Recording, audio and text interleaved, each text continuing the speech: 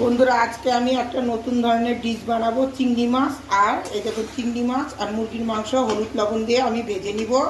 আর এদিকে বিরিয়ানির মতন চালটা আমি দেখুন গরম জলে ফুটিয়ে নিচ্ছি। চালটা যেরকম শক্ত থাকতেই নামাবো।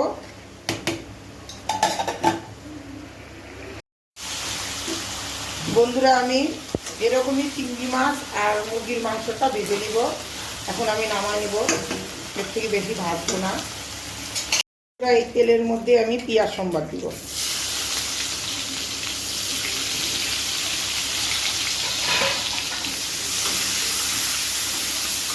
পেঁয়াজ লাল হতে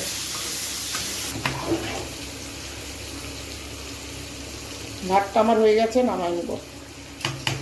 বন্ধুরা আমি পেঁয়াজের মধ্যে টমেটো দিয়ে দিয়েছি, বলতে ভুলে গেছি। এখানে আমি মশলা নিয়েছি পেঁয়াজ, রসুন, আদা, কাঁচা লঙ্কা, পাকা লঙ্কা আর টমেটোর একটা ছোট, সব পেস্ট করে নিয়েছি। এখন দিয়ে দিব এটা।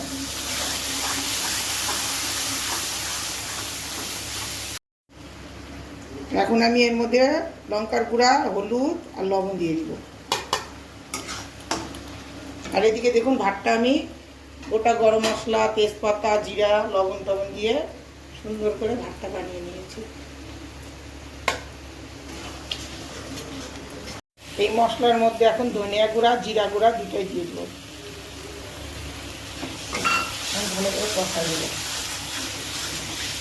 আর এই মাংস, এই দেখুন মাংসগুলো আমি এইভাবে কেটে নিয়েছি।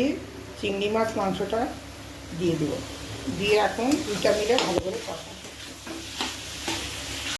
এখন এই মাংসর মধ্যে লেবু দিয়ে দিচ্ছি।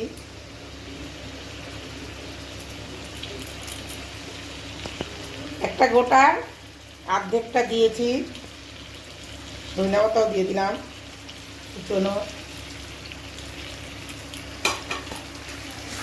আর একটু কষা দেব।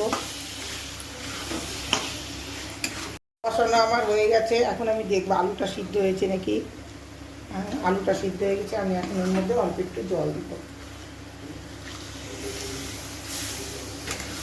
জলটা দিলাম যাতে মশলাটা, মাংসগুলা একদম মশলা দিয়ে জড়া জড়া ছিল, তার জন্য একটু যাতে এরকম খোলা খোলা হয়।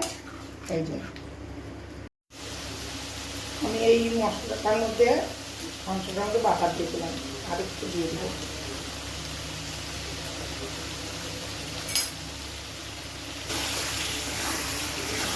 এখন এটাকে আমি নামাই নিব। এরকমই মাখা মাখা থাকবে। এখন আমি এই ভাতের মধ্যে গরম মশলা পাউডার দিয়ে দিলাম।